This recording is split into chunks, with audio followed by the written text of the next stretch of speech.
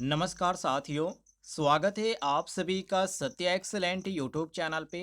कल की डेट में मैंने आपको कुछ क्वेश्चन बताया था जिसमें 20 क्वेश्चन करीब थे और ये question ITI first year electrician trade के थे, जिसमें मैंने ये भी पूछा था कि यदि आपको और भी क्वेश्चन चाहिए तो बताइएगा, अगली वीडियो में और भी क्वेश्चन बढ़ा देंगे।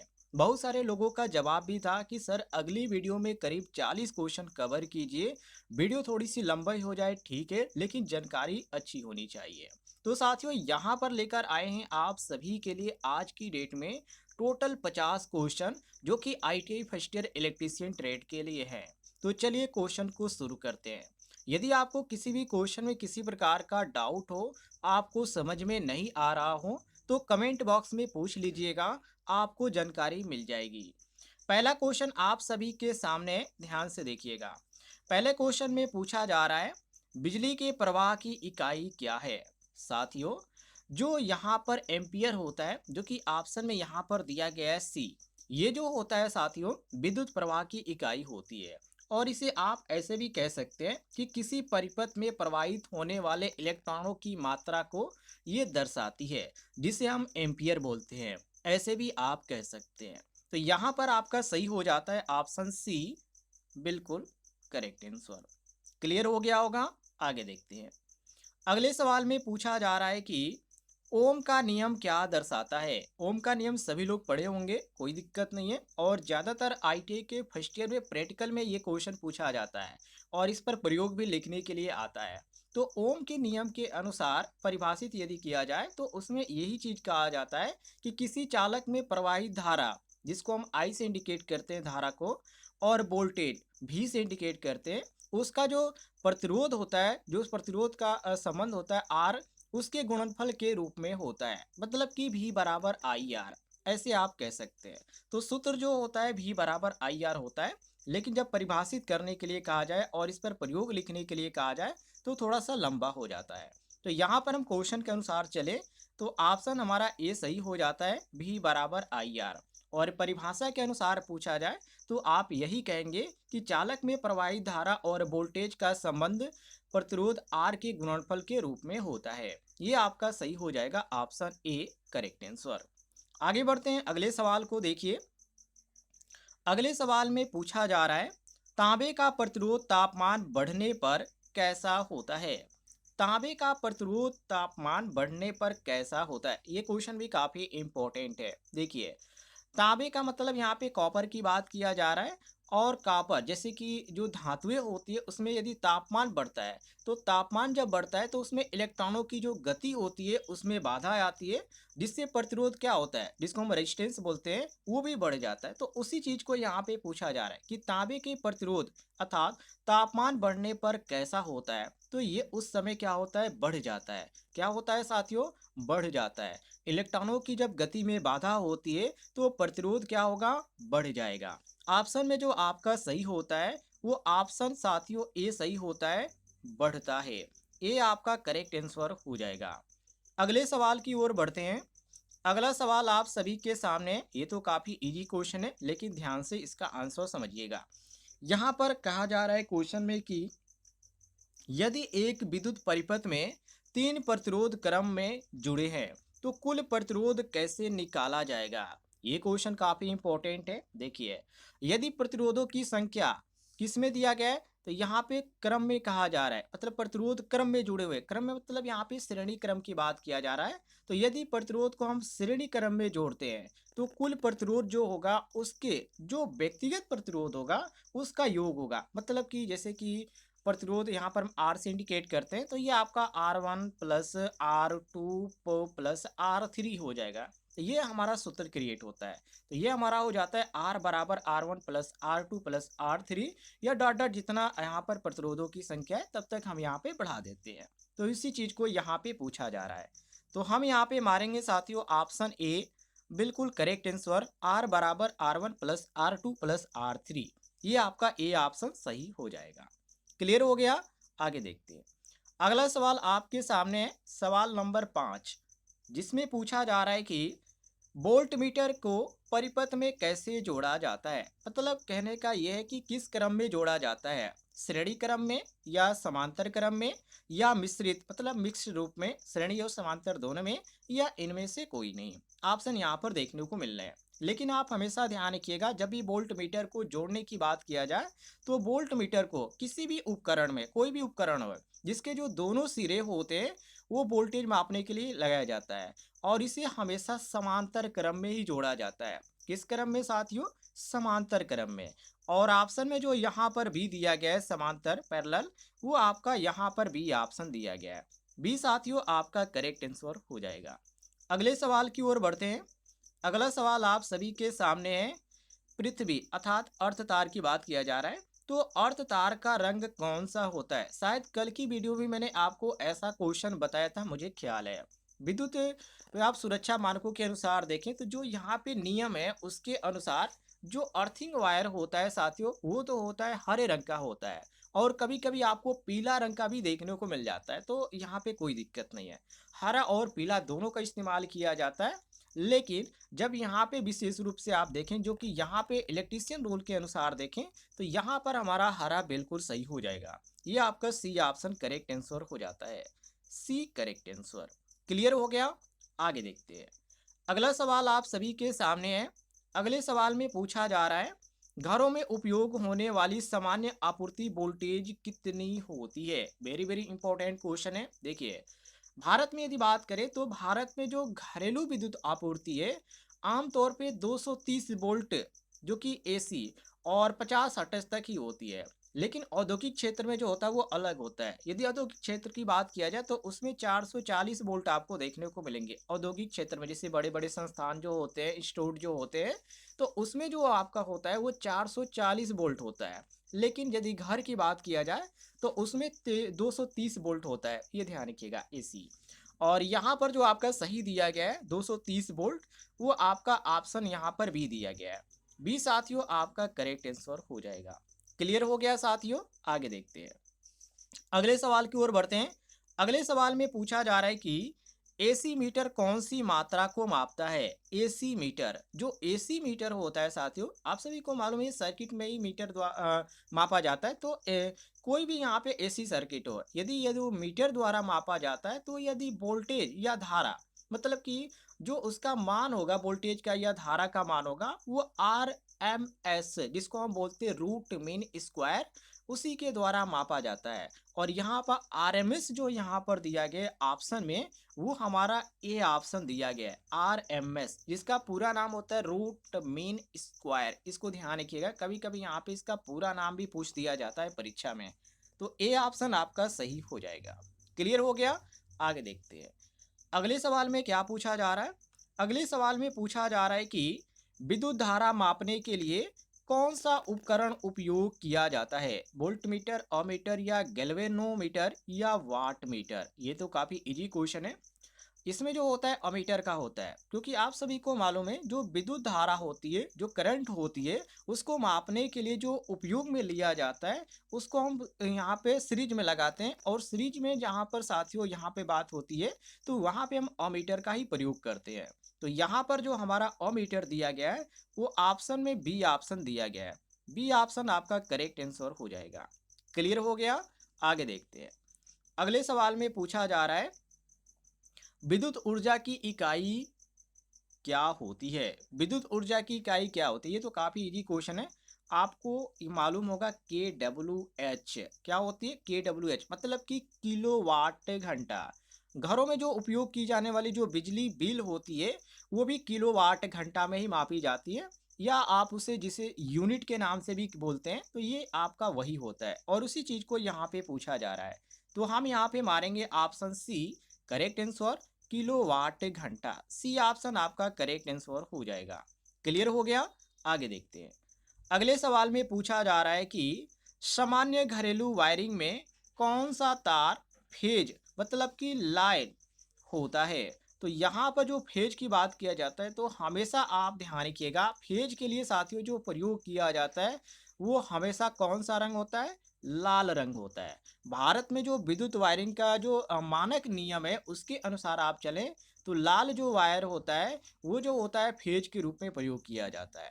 और ये आपका जो सही हो जाता है ऑप्शन बी बिल्कुल करेक्ट आंसर लाल वायर। क्लियर हो गया साथियों। आगे देखते हैं अगले सवाल में क्या पूछा जा रहा है। अगले सवाल में पूछा जा रहा है कि इलेक्ट्रिक मोटर में कौन सा प्रभाव कार्य करता है, जैसे कि हंटिंग प्रभाव हो गया या चुंबकीय प्रभाव हो गया या रासायनिक प्रभाव हो गया या प्रकाश प्रभाव, कौन सा प्रभाव काम करता है। तो इसमें चुंबकीय प्रभाव होता है। देखिए, जब भी कोई कंडक्टर की बात किया जाए या जब किसी कंडक्टर में धारा प्रवाहित होती है तो उसमें चुंबकीय क्षेत्र उत्पन्न होता है और वही जो प्रभाव होता है वो इलेक्ट्रिक मोटर में कार्य करता है।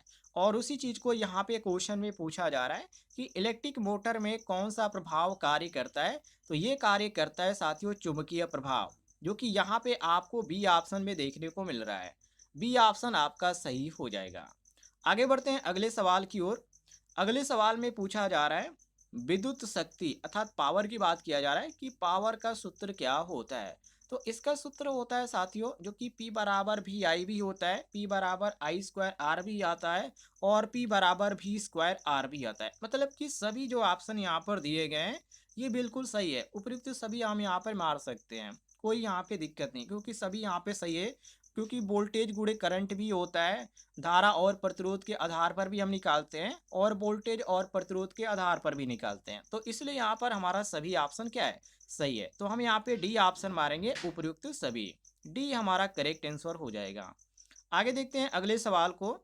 अगले सवाल में पूछा जा रहा है एक हार्स पावर मतलब कि 1 HP कितने वाट के बराबर होता है। ये तो काफी इजी क्वेश्चन है, सभी को मालूम होना चाहिए। ये जो होता है 746 वाट, मतलब एक हार्स पावर बराबर कितना होता है, 746 वाट होता है।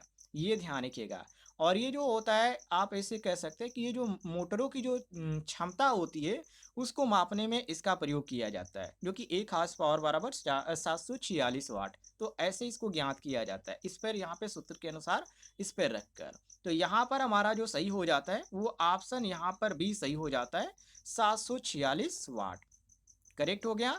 बी ऑप्शन आपका करेक्ट आंसर हो जाएगा। आगे देखते हैं अगले सवाल को। अगले सवाल में पूछा जा रहा है डायोड किस प्रकार का उपकरण है। डायोड का नाम आप सभी लोग यहाँ पे सुने होंगे, जो कि डायोड यहाँ पे पूछा जा रहा है कि किस प्रकार का उपकरण है। जैसे कि यहाँ पर ऑप्शन दिया गया रेखीय और यहाँ पे गैर रेखीय और यांत्रिक और यहाँ पे इनमें से कोई नहीं। तो ये जो होता है गैर रेखीय होता है, मतलब कि नॉन लाइनर होता है। डायोड जो होता है साथियों एक गैर रेखीय उपकरण होता है। आप यहाँ पे आप ये से पूछेंगे कि क्यों ये गैर रेखीय होता है, तो इसके पीछे भी कारण होता है। कारण ये होता है कि ये जो होता है केवल एक ही दिशा में विद्युत प्रवाहित करता है, दूसरी दिशा में नहीं। मतलब यहाँ पे समझ लीजिए, ये आपका क्या है साथियों, ये आपका डायोड है, ठीक है। ये डायोड है। जब आप इधर से धारा प्रवाहित करेंगे तो ये इधर ही होगा, ठीक है, इधर प्राप्त होगा। लेकिन आप इधर से जब धारा प्रवाहित करेंगे तो ये इधर प्राप्त नहीं होगा। मतलब इसमें रिवर्स वाला सिस्टम नहीं होता है, केवल एक ही दिशा में ये धारा प्रवाहित कर सकता है। कहने का मतलब ये है। तो इस तरह आप समझ जाइए। तो ये जो होता है गैर रेखीय होता है, नॉन लाइनर होता है। अब यहाँ पर जो नॉन लाइनर दिया गया है वो ऑप्शन में बी ऑप्शन दिया गया है। बी ऑप्शन हमारा करेक्ट आंसर हो जाएगा। यदि आपको जानकारी पसंद आ रही होगी तो वीडियो पर एक लाइक जरूर कीजिएगा। आगे बढ़ते हैं अगले सवाल को देखिए। अगले सवाल में पूछा जा रहा है कि इलेक्ट्रिकल फ्यूज का मुख्य कार्य क्या है। इलेक्ट्रिकल फ्यूज का मुख्य कार्य, इसका मुख्य कार्य यहाँ पर जो होगा वो ओवरलोड से सुरक्षा होगा। मतलब सुरक्षा के लिए इसका प्रयोग किया जाता है, ऐसे आप समझ लीजिए। और मुख्य रूप से यदि फ्यूज की बात किया गया है तो फ्यूज का जो कार्य होता है वो ओवरलोड और जो शॉर्ट सर्किट होता है उससे सुरक्षा प्रदान करने के लिए इसका प्रयोग किया जाता है। आप इस तरह भी कह सकते हैं। तो यहाँ पर हम कह सकते हैं ओवरलोड से सुरक्षा। ये आपका जो दिया गया है ऑप्शन बी, ये हमारा बी ऑप्शन सही हो जाएगा। क्लियर हो गया होगा, कोई दिक्कत नहीं। आगे देखते हैं। अगले सवाल में पूछा जा रहा है कि ट्रांसफार्मर में कौन सा सिद्धांत कार्य करता है। ट्रांसफार्मर में कौन सा सिद्धांत कार्य करता है। तो जो ट्रांसफार्मर होता है साथियों उसमें काम करता है विद्युत चुंबकीय प्रेरण सिद्धांत। मतलब कि आप ऐसे कह सकते हैं कि ट्रांसफार्मर में परिवर्तित जो प्रेरण होता है, जो म्यूचुअल इंडक्शन होता है, उसी पे कार्य करता है। और जो फैराडे के विद्युत चुंबकीय प्रेरण सिद्धांत है ये उसी पे आधारित है, ये भी आप ऐसे कह सकते हैं। तो हम यहाँ पे केवल बात करने वाले हैं ट्रांसफार्मर में कौन सा सिद्धांत कार्य करता है। तो ये कार्य करता है साथियों जिसको हम बोलते हैं फैराडे का विद्युत चुम्बकीय प्रेरण सिद्धांत। ये आपका यहाँ पर बी ऑप्शन बिल्कुल सही हो जाएगा। क्लियर हो गया? आगे देखते हैं। अगले सवाल में क्या पूछा जा रहा है? अगले सवाल में पूछा जा रहा है कि किसी परिपथ में करंट को नियंत्रित करने के लिए कौन सा उपकरण उपयोग किया जाता है। जैसे कि यहाँ पर ए ऑप्शन दिया गया वोल्ट मीटर, बी ऑप्शन दिया गया रेगुलेटर, सी ऑप्शन है रियोस्टेट और यहाँ पे डी ऑप्शन दिया गया फ्यूज। अब देखिए, जो यहाँ पर रियोस्टेट है, जो आपने ओम का नियम यहाँ पर ओम का नियम जो आप सत्यापित किए होंगे तो उस समय रियोस्टेट आपने देखा होगा, ठीक है। वहाँ पे आप वोल्ट मीटर भी देखे होंगे। तो आपको मैं बता दूं, जो रियोस्टेट होता है जो कि आपको इस प्रकार देखने को मिलेगा, ये आपका ऐसे होता है और यहाँ पे दो डंडी पे ऐसे यहाँ पे होता है, ठीक है। ये जो होता है इस प्रकार होता है और इस पे जो होते हैं वायर लपेटे हुए होते हैं, इसी को रियोस्टेट बोला जाता है। अब इसमें ये यहाँ पर ये आपसे पूछा जा रहा है कि किसी परिपथ में करंट को नियंत्रित करने के लिए कौन सा उपकरण उपयोग किया जाता है। तो ये रियोस्टेट ही उपयोग किया जाता है। और आप जनरेटर के भी केस में देखे होंगे, तो जनरेटर में जब वोल्टेज जो होता है कम उत्पन्न होता है तो इस पर जो होती है एक यहाँ पर होती है उसको बोला जाता है उसको बोला जाता है साथियों, मुझे दिमाग से उतर गया। लेकिन जब इसको जो यहाँ पे जो इसको खिसकाया जाता है तो वोल्टेज जो होता है वो कम या ज़्यादा होता है। ओम का नियम भी आपने सत्यापित किया होगा तो उस समय भी आप देखे होंगे। तो ये जो होता है एक तरह से आप कह सकते हैं कि इसमें जो करंट होता है वो नियंत्रित करता है, कम या ज़्यादा करता है। तो ये जो होता है रियोस्टेट के ही द्वारा होता है। उसी चीज़ को यहाँ पे क्वेश्चन में पूछा जा रहा है। तो हम यहाँ पे कह सकते हैं ऑप्शन जो यहाँ पर सी दिया गया है, ये आपका सी ऑप्शन सही हो जाता है। क्वेश्चन नंबर 19 को देखिए। 19 में पूछा जा रहा है कौन सा विद्युत घटक एसी को डीसी में बदलने के लिए उपयोग किया जाता है। तो एसी को यदि डीसी में बदलने की बात किया जा रहा है तो वो आपका होता है रेक्टिफायर। और यहाँ पे रेक्टिफायर जो ऑप्शन में हमको देखने को मिल रहा है, ये आपका बी ऑप्शन दिया गया रेक्टिफायर। क्योंकि जो रेक्टिफायर होता है इसका उपयोग ही इसलिए किया जाता है कि ये एसी से क्या करें, डीसी में परिवर्तित करें। ये ध्यान रखिएगा। और ये जो इसका ज़्यादातर जो कार्य होता है, जो डायोड ब्रिज सर्किट होती है उस पे ये कार्य करता है। और ये आपका जो सही होता है B option correct answer. Clear हो गया होगा? आगे देखिए, क्वेश्चन नंबर 20 को देखिए, जिसमें पूछा जा रहा है एक इलेक्ट्रिक बल्ब का फिलामेंट किस धातु का बना होता है। इलेक्ट्रिक बल्ब की बात कर रहा है तो इलेक्ट्रिक बल्ब का जो फिलामेंट होता है वो होता है टंगस्टन का। टंगस्टन का नाम आपने सुना होगा। जो बल्ब आता है वो उसकी बात कर रहा है। इसमें जो एलईडी आती है उसकी बात नहीं कर रहा है। वो पहले वाला जो बल्ब आता था, अब तो सबके घरों में यहाँ पे एलईडी देखने को मिल रही है, जो कि एलईडी में ये देखने को नहीं मिलता है, ये केवल बल्ब में देखने को मिलता है। तो उसमें होता है टंगस्टन। और टंगस्टन का जो गलनांक होता है वो काफ़ी हाई होता है, मतलब कि जो उसका मेल्टिंग पॉइंट होता है वो काफ़ी हाई होता है, उच्च गलनांक वाला होता है। और इसके उच्च गलनांक होने के कारण इसे बल्ब में फिलामेंट के रूप में उपयोग किया जाता है। तो इसी चीज़ को यहाँ पे क्वेश्चन में पूछा जा रहा है। तो हम यहाँ पे मारेंगे ऑप्शन बी, बिल्कुल correct answer tungsten. B option आपका सही हो जाएगा साथियों, ध्यान रखिएगा। आगे देखते हैं अगले सवाल को। अगले सवाल में पूछा जा रहा है कि अर्थिंग का मुख्य उद्देश्य क्या है। मतलब अर्थिंग गांव में आप देखेंगे और शहरों में भी होता होगा, लेकिन गांव में आप ज़्यादातर देखेंगे तो वहाँ पे क्या किया जाता है, एक फेस लिया जाता है और दूसरा अर्थिंग कर दिया जाता है। तो उसी चीज़ को यहाँ पे पूछा जा रहा है। तो अर्थिंग करने का मुख्य उद्देश्य क्या है, या आप नॉर्मली आप ऐसे भी घरों में करते हैं तो एक जो आपका वायर होता है वो अर्थिंग में ज़रूर किया जाता है। तो इसके पीछे का कारण क्या होता है। तो इसका मुख्य उद्देश्य होता है जो उपकरण होते हैं या जो व्यक्ति है उनको करंट के झटके से बचाने के लिए ऐसा किया जाता है।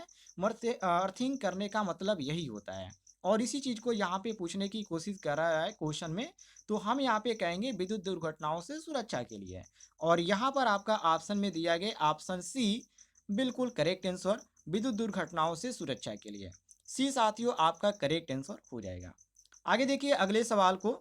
अगले सवाल में पूछा जा रहा है कि मोटर स्टार्टर का कार्य क्या होता है। वेरी वेरी इंपॉर्टेंट क्वेश्चन है साथियों। देखिए, मोटर स्टेटर का जो उपयोग किया जाता है आप सभी को मालूम है, हाई करंट ड्रॉ में, मतलब कि हाई करंट ड्रॉ में इसका उपयोग किया जाता है। और हाई करंट ड्रॉ को नियंत्रित करने और मोटर को सुरक्षित रूप से स्टार्ट करने के लिए विशेष रूप से इसका उपयोग किया जाता है। तो मोटर को एक तरह से हम कह सकते हैं कि सुरक्षा देने के लिए इसका उपयोग किया जाता है। तो ये कार्य क्या पूछा जा रहा है मोटर स्टार्टर का, तो कार्य इसका सुरक्षा देना ही है। और यहाँ पर जो हमको सही ऑप्शन में देखने को मिल रहा है वो ऑप्शन बी देखने को मिल रहा है। यहाँ पर आप देख सकते हैं मोटर को सुरक्षा देना, बी साथियों आपका बिल्कुल करेक्ट आंसर हो जाएगा। क्लियर हो गया होगा। आगे देखिए अगले सवाल में क्या पूछा जा रहा है।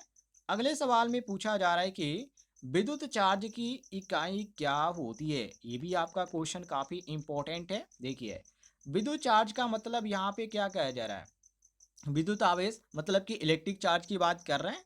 और इलेक्ट्रिक चार्ज की जो इकाई होती है वो इकाई जो होती है वो कुलाम होती है। क्या होती है साथियों, कुलाम होती है। और उसी चीज को यहाँ पे पूछा जा रहा है। और यहाँ पर जो आपका दिया गया ऑप्शन में भी कुलाम, ये आपका ऑप्शन भी दिया गया। देखिए छोटा क्वेश्चन है लेकिन ये काफी इंपॉर्टेंट है, ध्यान रखिएगा। क्योंकि इसके जो ऑप्शन आपको देखने को मिलेंगे बिल्कुल यहाँ पे कंफ्यूजन टाइप के देखने को मिलेंगे, आप देखकर ही कंफ्यूज हो जाएंगे। तो इसको आप ध्यान रखिएगा, परीक्षा के लिए काफ़ी इंपॉर्टेंट है। आगे देखते हैं अगले सवाल को। अगले सवाल में पूछा जा रहा है एक सामान्य घरेलू स्विच कितने एम्पियर का होता है। ये भी क्वेश्चन आपका काफ़ी इंपॉर्टेंट है। तो सामान्य रूप से यदि हम बात करें स्विच की, तो ये जो होता है 5 एम्पियर होता है, जो कि भारी लोड के लिए होता है। भारी लोड उपकरणों के लिए 15 एम्पियर 20 एम्पियर के स्विच उपयोग किया जाता है। लेकिन सामान्य रूप से हम यहाँ पर बात करें जैसे क्वेश्चन में पूछा जा रहा है तो ये आपका 5 एम्पियर आता है। तो यहाँ पर 5 एम्पियर जो हमारा दिया गया ऑप्शन में, ये ऑप्शन नंबर ए हमारा बिल्कुल सही हो जाता है। क्लियर हो गया होगा। आगे देखिए अगले सवाल में क्या पूछा जा रहा है। तो यहाँ पे सवाल नंबर यहाँ पर है साथियों 25। यहाँ पर एक ही में 2 क्वेश्चन आ चुका है, चलिए फिलहाल देख लेते हैं। यहाँ पे पूछा जा रहा है कि 3 फेज सप्लाई में प्रत्येक फेज के बीच का वोल्टेज कितना होता है। ये क्वेश्चन काफ़ी इंपॉर्टेंट है। तो देखिए यदि भारत में बात किया जाए तो 3 फेज मतलब 3 फेज सप्लाई में जो फेज टू फेज वोल्टेज होता है वो 440 वोल्ट होता है। कितना होता है, 440 वोल्ट होता है।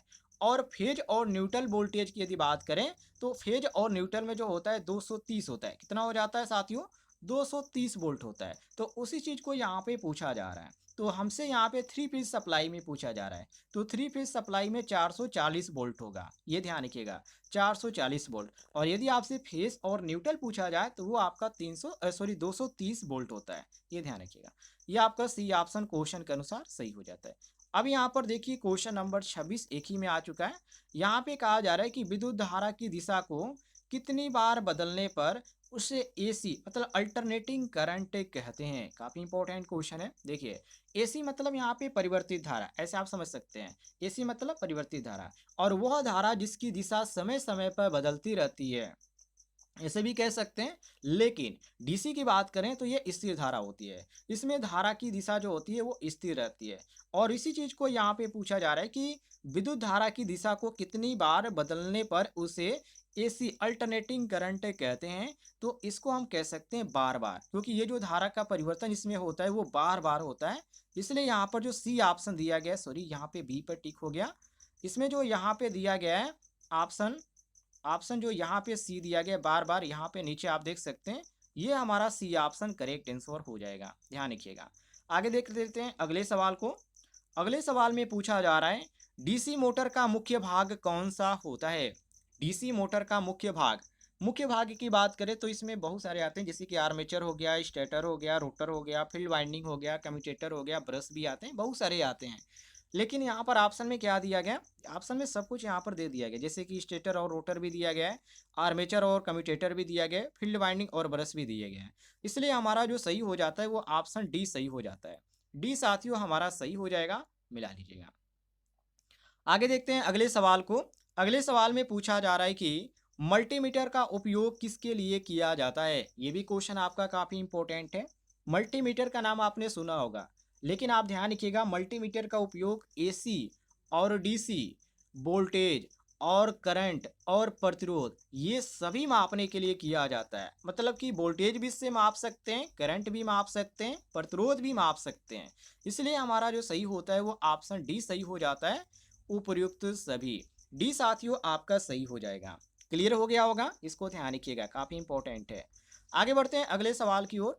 अगले सवाल में पूछा जा रहा है कैपेसिटर का कार्य क्या होता है? मतलब कैपेसिटर का आपने नाम सुना होगा, लेकिन इसका कार्य क्या होता है इसके बारे में आपको जानकारी होना चाहिए।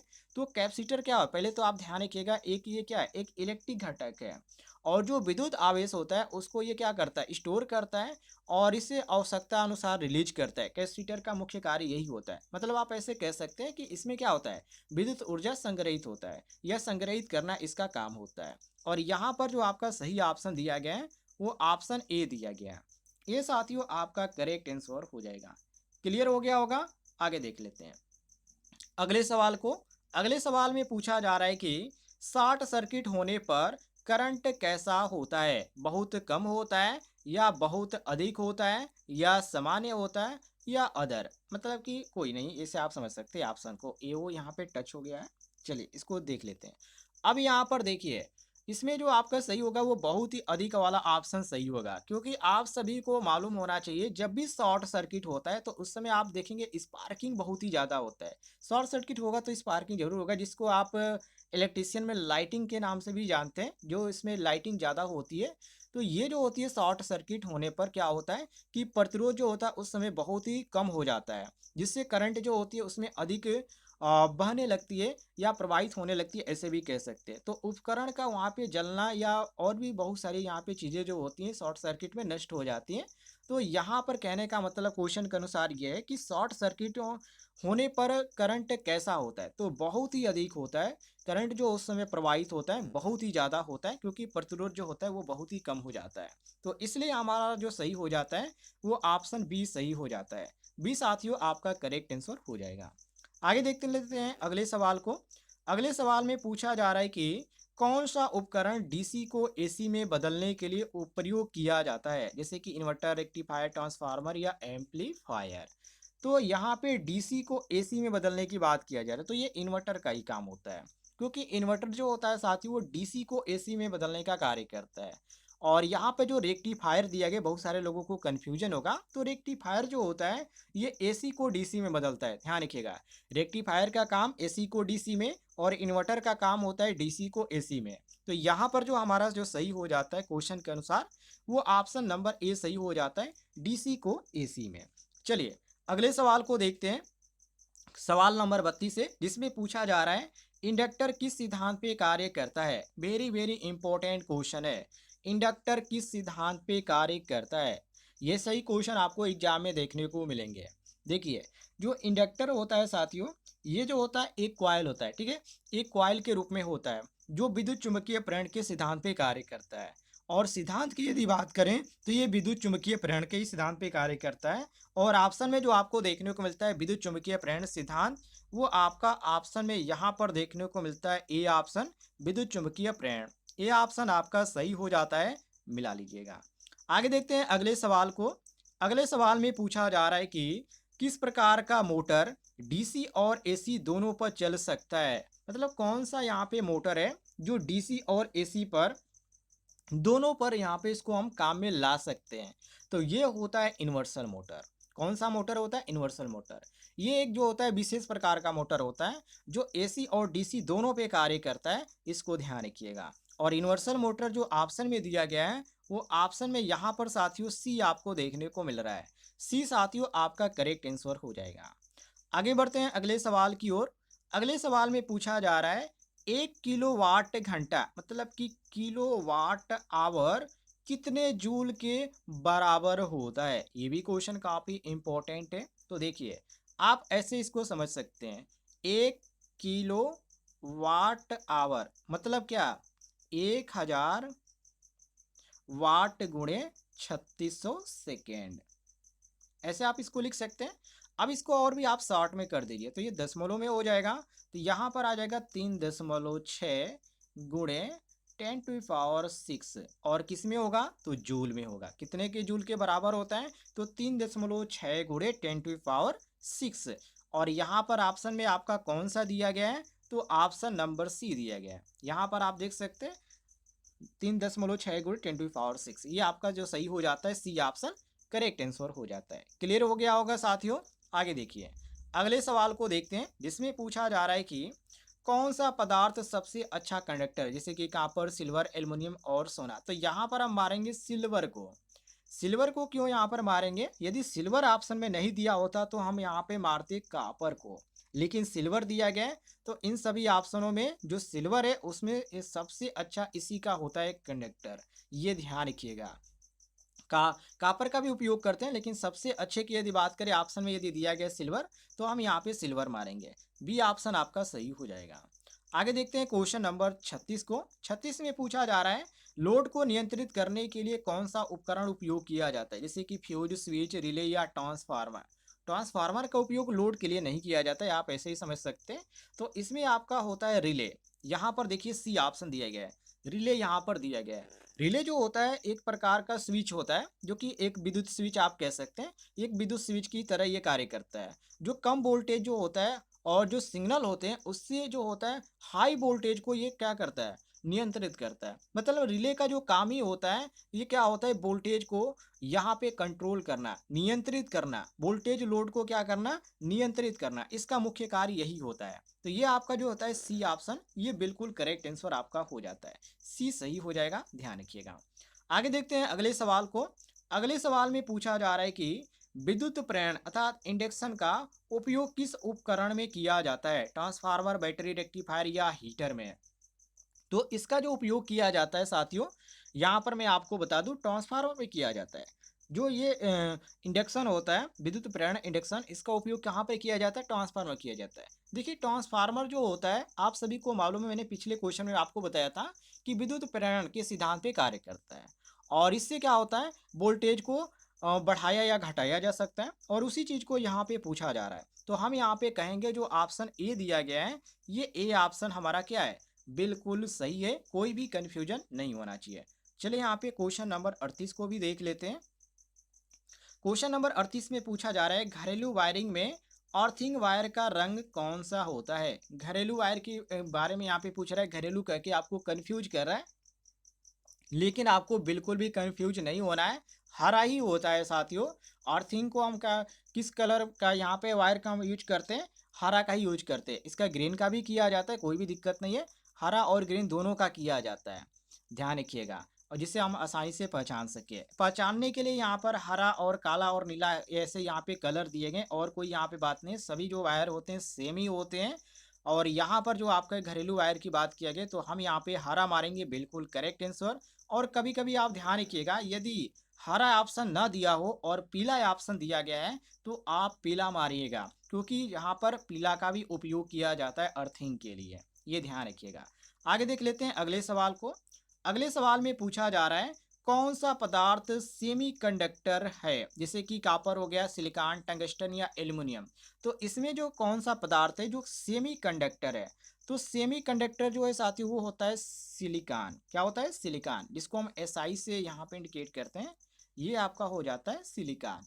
और एक और होता है जर्मेनियम, जिसको जीई से किससे इंडिकेट किया जाता है, उसको जीई से इंडिकेट किया जाता है। ये जो होते हैं मुख्य सेमीकंडक्टर तत्व होते हैं, और इसका जो उपयोग किया जाता है वो ट्रांजिस्टर में, और जो ट्रांजिस्टर होता है और जो डायोड होता है, इसी को बनाने में इसका उपयोग किया जाता है, इसको भी आप ध्यान रखिएगा। लेकिन हमारा क्वेश्चन में केवल ये पूछा जा रहा है कि कौन सा पदार्थ सेमीकंडक्टर है, तो सेमीकंडक्टर में जो आपका आता है वो सिलिकॉन आता है। ये आपका भाई बी ऑप्शन सही हो जाता है।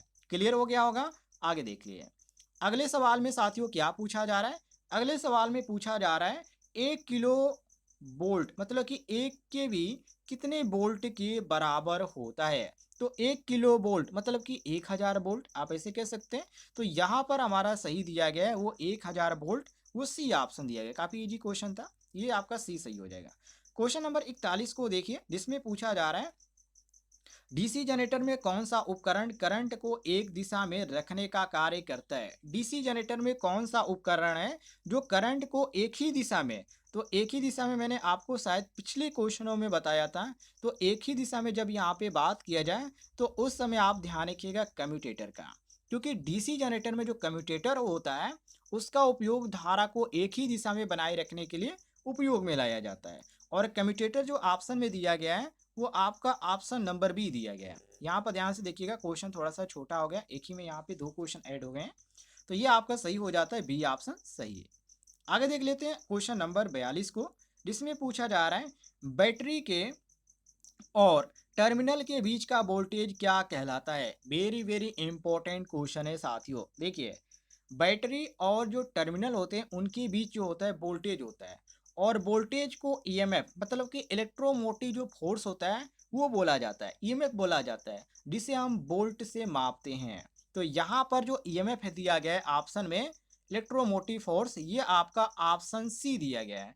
ये सी ऑप्शन आपका बिल्कुल करेक्ट आंसर हो जाता है, सी सही हो जाएगा। क्वेश्चन नंबर 43 को देखिए।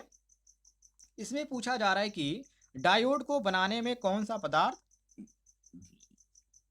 उपयोग किया जाता है? तो डायोड को किस में से बनाया जाता है? तो डायोड को साथियों बनाया जाता है सिलिकॉन और जर्मेनियम से, जो कि पिछले क्वेश्चन में मैंने आपको बताया था। ये बनाया जाता है, और यहाँ पर बनाने के पीछे कारण ये है कि ये जो होते हैं साथियों सेमीकंडक्टर पदार्थ होते हैं, ऐसे भी आप कह सकते हैं। तो हमारा जो सही हो जाता है ऑप्शन में, वो ऑप्शन में साथियों सही होता है ए सिलिकॉन। यहाँ पर आप ध्यान से देखिए, ए ऑप्शन दिया गया, इसमें जर्मेनियम नहीं दिया गया, लेकिन उसको भी यदि दिया होता तो उसको भी हम सही मार देते हैं। आगे देखते हैं अगले सवाल को। सवाल नंबर 44 है, जिसमें पूछा जा रहा है फ्यूज वायर को किस धातु से बनाया जाता है? फ्यूज वायर को किस धातु से बनाया जाता है? नॉर्मली आप देखेंगे तो कॉपर का ये यहाँ पे गांव में यूज किया जाता है, तो आप कहेंगे कि कॉपर वायर का ही हम फ्यूज उपयोग करते हैं, लेकिन ध्यान रखिएगा फ्यूज वायर को टीन और लेड, क्या साथियों, टीन और लेड के मिश्रण से बनाया जाता है। इसके पीछे कारण ये होता है कि ये जो होती है इनकी जो गलनांक होती है, जो मेल्टिंग पॉइंट होती है, वो कम होती है, और इसका बनाने के पीछे यही सबसे बड़ा कारण होता है। जो यहाँ पे जब ओवरलोड होता है या कहीं यहाँ पे फॉल्ट होता है, तो वो ऑटोमेटिक क्या हो जाती है, वो गल जाती है। तो यहाँ पे किस चीज़ की ये बनाई जाती है? टीन और लेड की। और यहाँ पर टीन और लेड ऑप्शन में कौन सा दिया गया है? तो ऑप्शन में यहाँ पे डी आपको देखने को मिल रहा है, तो डी साथियों आपका सही हो जाएगा, मिला लीजिएगा। आगे बढ़ते हैं अगले सवाल को देखिए। अगले सवाल में पूछा जा रहा है इंसुलेटर का कार्य क्या होता है? इंसुलेटर का नाम आपने सुना होगा। जी हाँ, हम उसी इंसुलेटर की बात करें जो करंट को रोकता है। मतलब कि इंसुलेटर जो होता है एक ऐसा यहाँ पे पदार्थ होता है जो विद्युत धारा को प्रवाहित नहीं होने देता है। और ये जो होता है जैसे कि रबड़, प्लास्टिक और ग्लास, ये इन सारी चीज़ों का यहाँ पे बना होता है इंसुलेटर। मतलब आप ये यहाँ पे ऐसे समझ सकते हैं जैसे कि वायर जो होता है उसके ऊपर जो यहाँ पे होती है, जिसको हम बोलते हैं यहाँ पे वायर जो होता है उसके ऊपर जो रबर टाइप का होता है उसको भी इंसुलेटर बोलते हैं। आप इस तरह से प्लायर भी देखे होंगे, तो जो पकड़ने वाला हिस्सा होता है उसको, वो भी एक इंसुलेटर का ही यहाँ पर होता है। जो ऊपर से कवर किया जाता है वो इंसुलेटर होता है, ऐसे भी समझ सकते हैं। रबर तो आप समझ ही सकते हैं, मतलब कि जिसमें यहाँ पे धारा प्रवाहित नहीं हो रही है और आपको शॉक ना लगे, इस तरह से आप कोई चीज़ यूज करते हैं तो एक तरफ से वो इंसुलेटर की तरह काम करता है। तो यहाँ पर जो हमारा सही हो जाता है वो ऑप्शन में साथियों बी ऑप्शन सही हो जाता है। करंट को रोकने का काम जो करता है वो इंसुलेटर करता है। बी ऑप्शन आपका सही हो जाएगा। आगे देखते हैं अगले सवाल को।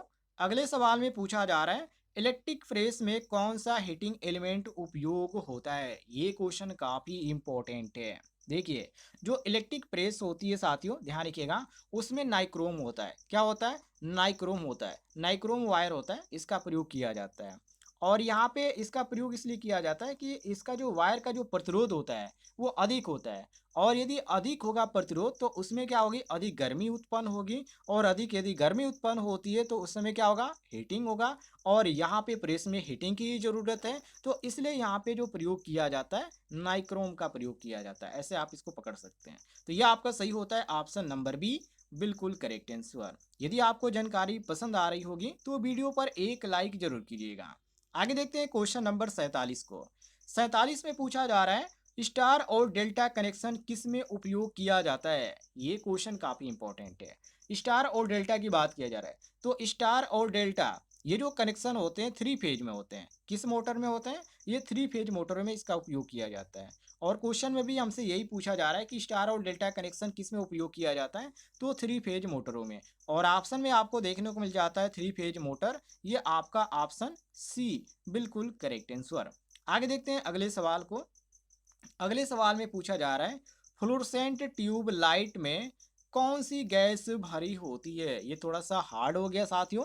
देखिए, इसमें जो यहाँ पे गैस की बात किया गया है कि कौन सी गैस भरी जाती है, तो इसमें आर्गन होता है और मरकरी वेपर होता है। मतलब कि फ्लोरोसेंट ट्यूब लाइट में आर्गन और मरकरी वेपर भरी जाती है। जो बिजली के जो संपर्क में आने पर क्या होता है, वो ऑटोमेटिक रोशनी उत्पन्न करने लगता है और उसी चीज को यहाँ पे पूछा जा रहा है। तो हम यहाँ पे मारेंगे ऑप्शन में, ऑप्शन नंबर सी बिल्कुल करेक्ट आंसर, आर्गन और मरकरी वेपर। चलिए क्वेश्चन नंबर 49 को देखते हैं। 49 में पूछा जा रहा है, थ्री फेज मोटर को स्टार्ट करने के लिए कौन सा यंत्र उपयोग किया जाता है। थ्री फेज मोटर की बात किया जा रहा है। तो थ्री फेज मोटर को थ्री फेज जो मोटर होती है उसमें स्टार्टर होता है और स्टार्टर का ही उपयोग करते हैं, क्योंकि मोटर के जो स्टार्टिंग करंट होती है उसको नियंत्रित करना पड़ता है और नियंत्रित करने के लिए हम यहाँ पर स्टार्टर का प्रयोग करते हैं। और ये आपका सी ऑप्शन बिल्कुल सही दिया गया है, स्टार्टर। सी ऑप्शन आपका करेक्ट आंसर हो जाएगा। चलिए आगे देख लेते हैं अगले सवाल को। क्वेश्चन नंबर 50 है और इस वीडियो का लास्ट क्वेश्चन है। यदि आप कहेंगे तो और भी वीडियो मैं आपके लिए लाता रहूंगा और इस तरह के क्वेश्चन बताता रहूंगा, कमेंट में जरूर बताइएगा। क्वेश्चन नंबर 50 है, घरों में उपयोग की जाने वाली विद्युत आपूर्ति का प्रकार क्या होता है। मतलब कि थ्री फेज होता है या वन फेज होता है या डीसी सप्लाई होती है। तो एक तरह से आप यहाँ पे कह सकते हैं कि इसमें क्या होता है, एक सिंगल फेज एसी होती है। क्योंकि सामान्य की बात किया गया तो सामान्य घरेलू में जो विद्युत आपूर्ति होती है वो आपका सिंगल फेज होता है और एसी सप्लाई होती है, और जिसका वोल्टेज कितना होता है, 230 वोल्ट होती है, और फ्रीक्वेंसी कितनी होती है, 50 हर्ट्ज होती है। ये भी ध्यान रखिएगा। तो यहाँ पर जो हमारा सही हो जाता है वो ऑप्शन नंबर बी सही हो जाता है, सिंगल फेज एसी। क्लियर हो गया। यदि आपको कोई भी किसी भी क्वेश्चन में किसी प्रकार का कंफ्यूजन है तो कमेंट बॉक्स में पूछ लीजिएगा, आपको जानकारी मिल जाएगी।